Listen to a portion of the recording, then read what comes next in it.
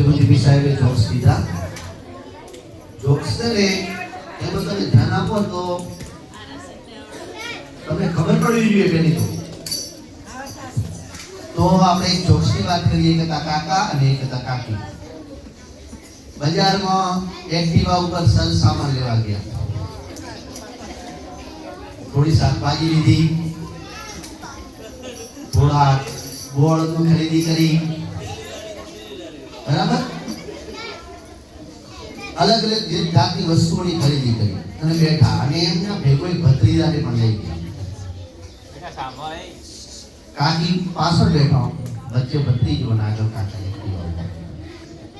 આગળ ગયા અને થોડી વાર પછી ગોળ જે 10 કિલોનું રોડિયું હતું એ પડી ગયું નીચે. કાકા ભત્રીજો કે કાકા કે ગોળ પડી ગયો. એટલે કાકો કે પડેલી વસ્તુ ને લેવાય, જવા દે. પછી આગળ ગયા. થોડી વાર પછી જે ગોળ હતો અને ખાંડ પણ નીચે પડી ગઈ. એટલે વળી ભત્રીજાએ કીધું કે કાકા ખાંડ પડી ગઈ, એટલે પડેલી વસ્તુ લેવાય નહીં. થોડી વાર આગળ ગયા અને શાકભાજી જે લીધી હતી ને એ નીચે પડી ગઈ. એટલે વળી ભત્રીજાએ કાકા કીધું કાકા શાકભાજી એક્ટિવા ઉપરથી નીચે પડી ગઈ, એટલે પડેલી વસ્તુ લેવાય નહીં, જવા દે. થોડી વાર પછી બમ પાડ્યો અને કાકી પડી ગઈ. કાકા કેલા શું જોવા કોઈ ભજન જેવું નહીં કીધું કે કાકી પડી જાવ. તો ભત્રીજો કે કાકા ભરેલી વસ્તુ ન લેવાય, જવા દો.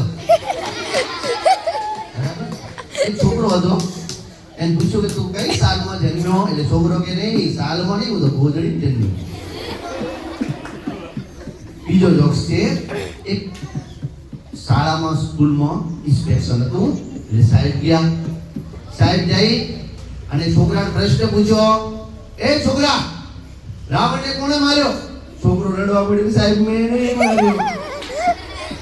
એટલે આ શું? બોલ હાચો. સાહેબ હું મારું જ નહીં કદી. હું શું કામ મારું? હું તો કીડીને મારતો નહીં અને રાવણને મારો. એટલે આ શું? હેડો કે આપણે શાળામાં શિક્ષકને પૂછીએ. શિક્ષક કેવા હોશિયાર છે. ચલો શિક્ષકનું ચેકિંગ કરીએ. શિક્ષકના રૂમમાં ગયા. એટલે ભલામણ આ છોકરો શું જવાબ આલે તમને સાંભળો. છોકરા રાવણને કોણે માર્યો? છોકરો કે એમ કે છે તમારા પર સારો છોકરો એમ કે છે કે મેં રાવણને નથી માર્યો. સાહેબ તમે ક્યાંથી આવો છો? આ છોકરો તો જુઓ, આ રાવણને મારે, એનું શરીર જુઓ, આ રાવણને ના મારે. ભલામણ સાહેબ ક્યાંથી આવો તમે? કઈ શાળામાં આવ્યા છો ચેકિંગ કરવા? પેલા હસવા મળ્યા કે આ તો શાળામાં તો છોકરો તો ઠીક પણ શિક્ષકે નથી. મને લાગે આખી શાળા જ હવે આચાર્યનું હું લઈ લઉં રિવ્યુ. આચાર્ય કેવા છે? જ્યાં શિક્ષક ચલાડો, 2 જણાનો મારા ભેગા ગયા ઓફિસમાં. એટલે આચાર્ય તમે છો કે હોય? હું છું, બોલું. તો તમારી શાળાના આ છોકરાને મેં પ્રશ્ન પૂછ્યો કે રાવણને કોણે માર્યો? તો એમ કહે છે કે મેં નહીં માર્યો, ડરવા લાગ્યો. મેં તો કે કીડીને નહીં મારી. હવે કે એને તો જવાબ આપ્યો.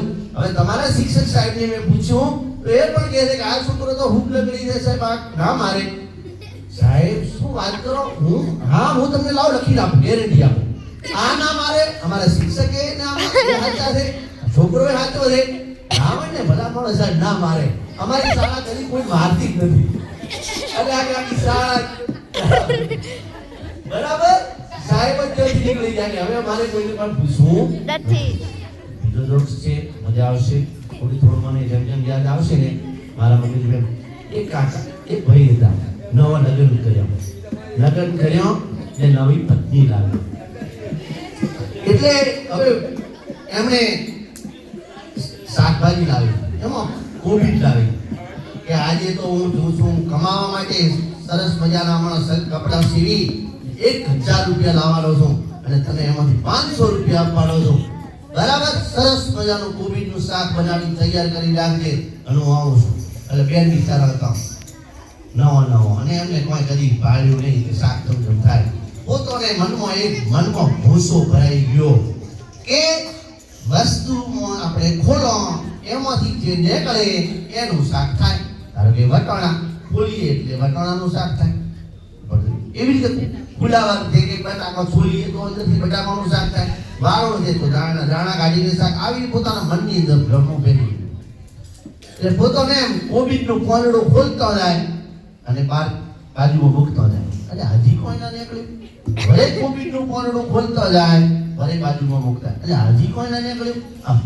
એમ કરતા કરતા આખો પોરડો ખોલ્યો, મોંથી પણ નીકળ્યું નહીં. એટલે કે આ શું આવા જો મને ભટકોણ્યા. આવું શાક લાવ્યું, આનું શાક શું થાય, લાવી બકરી નાખી. પેલા ભાઈ તો કંટાળીને આયા 1 વાગ્યો. હમણાં કે હા આજ તો મસ્ત સરસ મજાનું મરચાં તળ્યા છે, સરસ મજાનું કોબીજનું શાક છે, બરાબર, અને સરસ મજાનું અથાણું બથાણું તૈયાર છે. આજ તો 500 રૂપિયા આપી તો ખુશ થઈ. પોતે તો ઘરે ગયા થોડી વાર પાણી પાયું અને પૂછ્યું કે શું જમવાનું બીજું બની ગયું નહીં? હવે મને ભૂખ લાગી છે કકડીને. શું તમે જમવાનું બનાવું? તમે ચોથી આવી શાકભાજી લાયા? બન્યું નેહર્યું જ નહીં કોઈ. મેં તો ખોલ કર્યો, આખો મોરલા ખોલ્યો, હમણાં નીકળશે એનું શાક બનાવું. બન્યું નેહર્યું જ નહીં. મેં તો બકરી નાખી દીધો. અરે તું જો ભટકોણી મને કે બરાબર આવી તો ભટકોણી મને એમ કીધું. એટલે કે પછી બાજુ શું કીધું કે ઈ બોલી પત્ની, હું તો દીવો લઈને જો ગોતવા જો તો મારા લઈને તમને ન મળે. એટલે એને જવાબ આલ્યો. સેવો જવાબ આલ્યો? દીવો લઈને ગોતવા તો ગયો તો, પણ દીવો ઓળવાઈ ગયો ને હું હલવાઈ ગયો. બરાબર. ચલો હવે આટલા, હજી ઘણા બધા છે, મને ઘણા બધા જોક્સ આવે પણ નેક્સ્ટમાં. ચલો.